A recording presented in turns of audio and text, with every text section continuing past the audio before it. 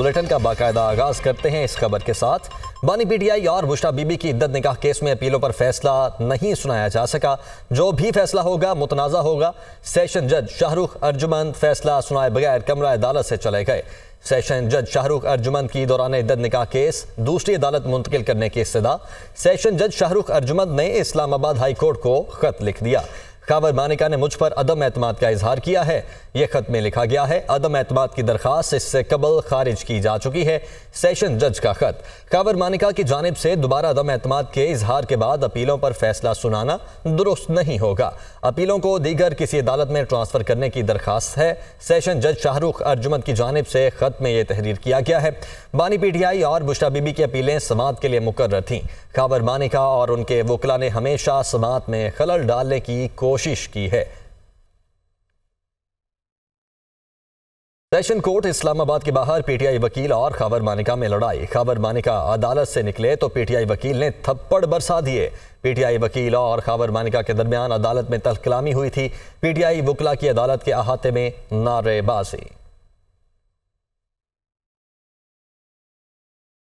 इसी पर chairman PTI barrister Gauhar ने कहा है कि निकाह केस 2 दिन में मुकम्मल हो चुका था। हमें सबूत पेश करने की इजाजत नहीं दी गई। आखिर में जज साहब पर प्रेशर डाला गया। ये सब प्री प्लान हुआ। उमर अयूब का कहना था कि एक भोंडी साजिश है बानी पीटीआई और बुशरा बीबी को जेल में रखने की। ये केस खत्म हो चुका है। जैसी गुफ्तगू की गई, हमारे साथियों ने बहुत सब्र का मुजाहिरा किया। शिबली फराज ने कहा कि इस केस से पाकिस्तान की खवातीन की तौहीन हुई है। पूरे पाकिस्तान को मालूम है ये सियासी बुनियादों पर बनाए गए केसेस हैं। देर हो या जल्द हमें इंसाफ जरूर मिलेगा।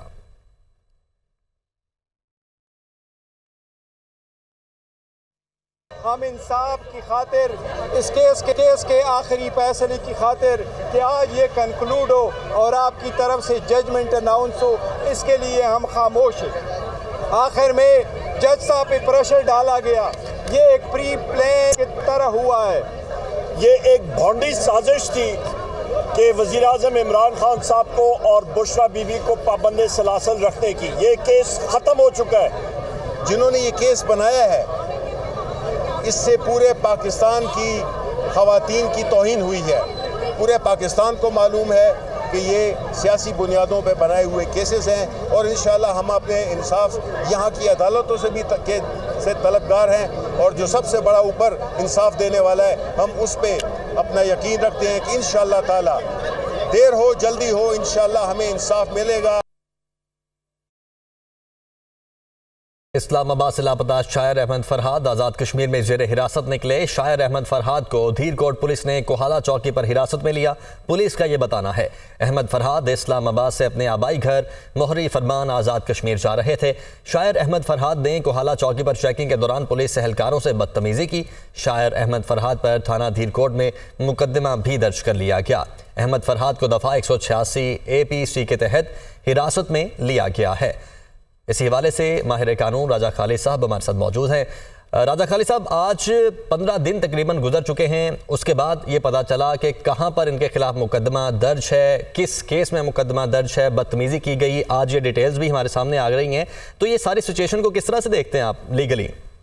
देखिए, ये एक वतीरा बन गया है। इस तरह के लोग रियासत के खिलाफ जो जबान दराजी करते हैं, रियासत को बदनाम करने की कोशिश करते हैं, रियासत के अदारों के खिलाफ यानी हर तरह का वो हरबा जिससे पाकिस्तान की रियासत बदनाम हो, उसके अदारे बदनाम हो, तो ये लोग खुद हाइड कर लेते हैं अपने आप को, कहीं रूपोश हो जाते हैं और उसके बाद मनपसंद वकला होते हैं जो इस तरह की पिटीशन लेके तैयार बैठे होते हैं कि आपने गुम होना है, आपने रूपोश होना है और उसके बाद हम इस तरह की पिटीशन लेके आएंगे जिसमें रियासत को बदनाम किया जाएगा, उसके अदारे और उसके एजेंसीज को बुरी तरह से आड़े हाथों लिया जाएगा। और फिर हमारे जो मोहतरम जजीज हज़रात हैं, इंतहाई एहतराम के साथ मैं अर्ज करता हूँ कि वो भी बगैर तहकीक के, तफ्तीश के रियासत पे चढ़ाई करना शुरू कर देते हैं और जिसकी वजह से जो इंडिया हमारा दुश्मन है या जितने भी पाकिस्तान के दुश्मन मालिक हैं, दुश्मन एजेंसीज हैं, तो वो अपने मीडिया पे पाकिस्तान के खिलाफ एक प्रोपेगेंडा शुरू कर देते हैं जो एक लामतराई सिलसिला शुरू हो जाता है पाकिस्तान की बदनामी का।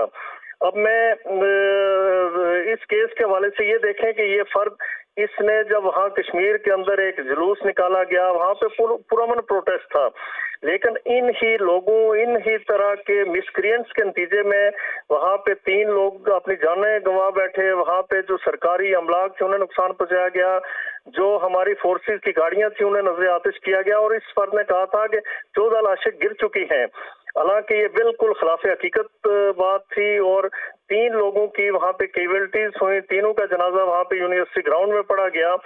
लेकिन ये ऐसे अनार्की फैलाने वाले, अफरा तफरी फैलाने वाले, मिस इन्फॉर्मेशन फैलाने वाले, रियासत को बदनाम करने वाले लोग, वो फिर अपने आप को पुलिस के खौफ से, अदारों के खौफ से हाइड कर लेंगे, और जब कहीं पे वो गिरफ्तार होते हैं तो बात हकीकी सूरत सामने आती है। तो आज का वाकया इस बात का गम्मास है कि अदालतों को भी मोहतात ज़बान इस्तेमाल करनी चाहिए, अल्फाज का चुनाव मुनासिब होना चाहिए, और ये ज़हन में रखते हुए जी कि ये जो अदारे हैं ये हमारी बका की जंग लड़ रहे हैं, ये हमारी सर्वाइवल की जंग लड़ रहे हैं, और इन ही अदारों की वजह से ये मुल्क पाकिस्तान आज दुश्मन की आंख में खटक रहा है, और दुश्मन की आंख का ये कांटा बन चुका है।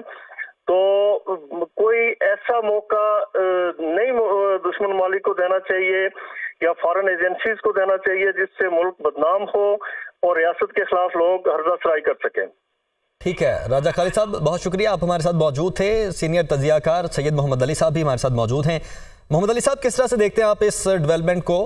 सैयद मोहम्मद अली साहब के साथ इस वक्त राब्ता बहाल करने की कोशिश कर रहे हैं, मुनक़ता हुआ है राब्ता। आपको बताएं कि इस्लामाबाद से लापता शायर अहमद फरहाद आज़ाद कश्मीर में ज़ेर हिरासत निकले हैं। शायर अहमद फरहाद को धीरकोट पुलिस ने कोहाला चौकी पर हिरासत में लिया। सदर नून लीग नवाज शरीफ की ज़ेर सदारत आइंदा माली साल के बजट से मुतल्लिक मुशावरती इजलास खत्म। वज़ीर आज़म शहबाज शरीफ, वज़ीर आला मरियम नवाज, वफाकी वज़रा, पार्टी की सीनियर क़यादत के इजलास में शिरकत। मुशावरती इजलास में अवाम को हर मुमकिन रिलीफ देने के इकदाम की तजावीज़ पर तबादला ख्याल किया गया। इसी हवाले से जाहिद आबिद लाहौर से हमारे साथ मौजूद है। जाहिद, बताएगा क्या क्या तजावीज़ सामने आई हैं? जी बिल्कुल, मुस्लिम लीग नून के नौमुंतखब सदर मियां नवाज शरीफ की सदारत आज अहम मशावरती इजलास जाती उम्रा में हुआ, जिसमें वज़ीर आज़म शहबाज शरीफ, वज़ीर आला मरियम नवाज़, वफाकी वज़ीर ख़जाना औरंगज़ेब और दीगर वज़रा ने शिरकत की और आइंदा के बजट के हवाले से मुआशी अहदाफ का तयन किया गया। वज़ीर आज़म सदर नवाज शरीफ की जानिब से जो हदायत पार्टी वज़रा को दी गई है उसमें यह वाज़े किया गया है कि ये बजट अवाम दोस्त होना चाहिए और इसमें फलाही बजट के हवाले से इसमें इक़दाम किए जाएँ ताकि लोगों को ज़्यादा से ज़्यादा रिलीफ मिल सके, और ख़ास तौर पर जो इंफ्रास्ट्रक्चर के बड़े मनसूबे हैं उन्हें शुरू करने की तरफ भी तवज्जो दी जाए ताकि मुल्क में इंफ्रास्ट्रक्चर बेहतर किया जा सके, जो कि हमेशा से मुस्लिम लीग नून का एक खासा रहा है। बजट इजलास में वफाकी वज़ीर औरंगज़ेब की जानिब से तमाम मुआशी अदाद शुमार पेश किए गए, जबकि इसके साथ साथ पानी व बिजली के जो वज़रा थे उनकी जानिब से भी तमाम अहदाफ पेश किए गए, क्योंकि इस वक्त गैस और बिजली के हवाले से भी काफ़ी अवाम को तकलीफ़ का सामना है, जिसकी वजह से इस इजलास में इस पर भी खास बात की गई और ख़ास तौर पर पेट्रोल, गैस और बिजली के रेट्स कम करने के हवाले से। बहुत शुक्रिया आपका। और जनाब, एलपीजी की कीमत में 70 रुपये फ़ी किलो कमी हुई है। एलपीजी की कीमत 250 से कम होकर 180 रुपये किलो हो चुकी है। एलपीजी के 3 जहाज पहुंचते ही ओजीडीसीएल ने पैदावारी लागत कम कर दी है। हारिस ज़मीर, हेड ऑफ बिजनेस डेस्क, हमारे साथ मौजूद हैं। हारिस ज़मीर साहब, बताइएगा क्या डिटेल्स हैं, और ये जो एलपीजी की कीमत अब कम हुई है ये कितनी देर तक बरकरार भी रहेगी? एसोसिएशन के जो उनसे बातचीत हुई है उन्होंने ये कहा है कि मजीद कीमत कम होगी, इसलिए कि 2 जहाज और एक्सपेक्टेड है with in a weeks time, और इसके साथ ही जो है क्योंकि सप्लाई काफी इम्प्रूव कर गई है, तो जो मेन सप्लायर है हमारी कंपनी जो ओजीडीसी है उसने भी जो कीमत है उसको 1,32,000 थी उसको लाख रुपए कर दिया, तो वो भी 32,000 रुपीज पर टन कम हो गई। तो लगता यही है कि इस 20 से 30 रुपए मजीद कमी होने का इम्कान। ठीक है, बहुत शुक्रिया आपका। कराची पोर्ट की तारीख में नया बाब रकम। MSC एना जहाज कराची बंदरगाह पहुंच गया। MSC एना जहाज साउथ एशियन पाकिस्तान टर्मिनल के चैनल पर दाखिल। MSC एना अपनी नौयत का पहला दुनिया का सबसे बड़ा कार्गो जहाज है। यह जहाज 19,638 कंटेनर्स लेकर कराची बंदरगाह पहुंचा है। शहरियार जंजुआ कराची से हमारे साथ मौजूद है।